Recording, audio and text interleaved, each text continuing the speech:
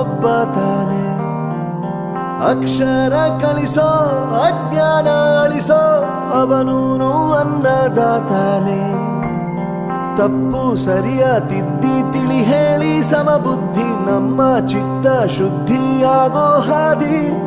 ಎಷ್ಟೇ ದೂರ ಹೋದ್ರೂ ಮರಿಬೇಡ ನಿನ್ನ ಬೇರು, ನಿನ್ನ ಸಾಧನೆಗೆಲ್ಲ ಇದುವೇ ಆದಿ. ಪಾಠಶಾಲೆ